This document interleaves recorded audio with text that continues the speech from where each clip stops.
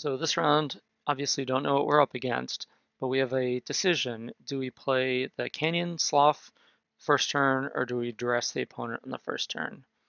And given that the way our hand curves out, we have, if we play the Swamp first and the Duress, turn 2 we can play the Summit and the Etherborn, then turn 3 we can play the Slough and the second Etherborn. So the way our hand curves out, it's perfectly fine to just play the Duress turn 1. And a big reason to waiting on Duress is that you give the opponent more draw steps to draw into a spell. So let's say they don't have any spells in their opening hand, but then they draw into, like a Harness Lightning or something, or a Chandra, or some, spell that we can hit with Duress, then we want to wait. But if we play the Slough, then turn 2 we're going to play Etherborn, and then turn 3 we're going to play Duress and Etherborn. So if they have a removal spell as their only spell, then we're letting them use it on the Etherborn instead of taking it first. So that would be a reason. And then another reason to cast the Duress first is a lot of times the Temur decks keep a Landlight hand that's really reliant on the Attune with Ether. So if we can just take that Attune, which since they don't have a lot of spells, they have Attune and Harness Lightning and then like a few random other spells, we want to get it on the first turn because there's a reasonable likelihood that, given that those are their only two spells, if it's an Attune hand, we want to take the Attune. Otherwise, we want to take the Harness before we play our Etherborns anyway, so that they can't just kill the Etherborn. So that was the reasoning for playing the Duress in first turn. As it turns out, they have two spells. They have Commit to Memory and they have Harness Lightning. We took the Harness Lightning because that's the more efficient answer to the Aetherborn. Just play the other Aetherborn. Play the Rogue Refiner that we knew about.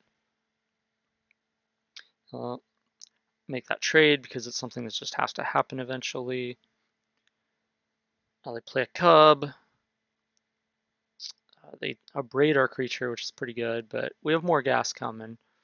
So we play Gonti and get their Glory Bringer. Nice. We offer this trade because Gonti for Cub is perfectly fine with us. Then we're just going to pump this Thopter token because our post-combat plan is just play Karizev.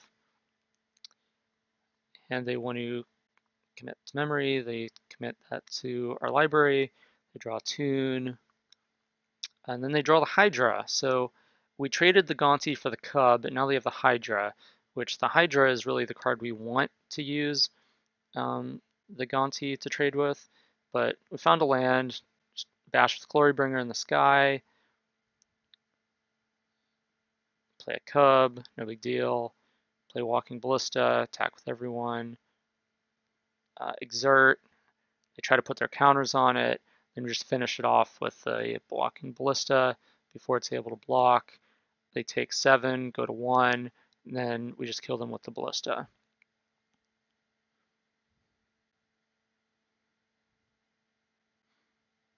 So I mean, we go through the motions and like no sense tipping our hand just yet. But yeah, they're basically just dead to this one counter on the Ballista. I mean, it's very, very unlikely, but it's possible that they have the spell that's like they gain some life gain spell, like gain 4 life. If a creature died, gain 8, something like that. So if we just sack our Ballista to kill them, and then they play that card in response, then they just get us. So there's really no reason to do that. But they're literally dead on board. And so at this point we attack, and whichever one they block, we're just like, okay, fine, damage, you're dead. So it forces them to play their card, then just kill them in response with the Ballista.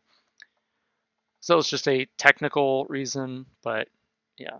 And some people think that that's slow rolling. This was on board, but like sometimes I'll do that if I have like a lightning strike in hand.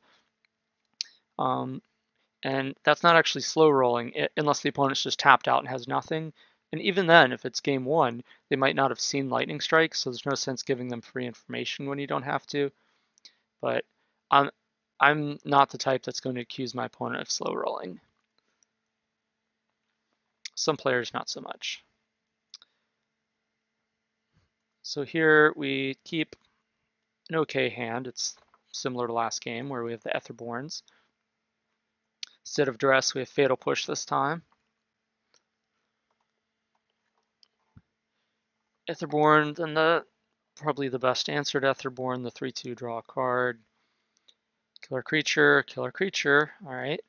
Guess I really want to connect with that Rogue Refiner. It's all good. Got another one. They don't have Glorybringer. That's good news. Attack. Now, let's see if this Liliana resolves. It does. Great. Make a token. What up now? Looks like you're flooded. Let's see what's going on. What do you got in hand? Torrential Gearhulk. I see. Harness Lightning. Okay, target that one. That's good. What do you got in hand? Virtuoso. So you were flooded, but you were just posturing that you were that much flooded.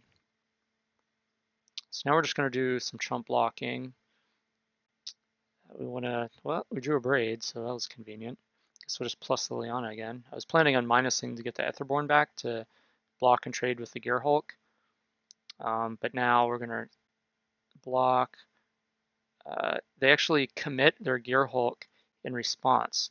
So interesting, they could have committed our Liliana, but instead we braided their Gearhulk, and they wanted to commit their own Gearhulk onto their library, which theoretically that's okay. I mean, we don't have enough on board to be able to recover. You'll play the Gearhulk targeting like the Harness Lightning or the commit, and you'll commit the Liliana. So that's like not unheard of, but we drew Glorybringer, which puts you on a pretty fast clock.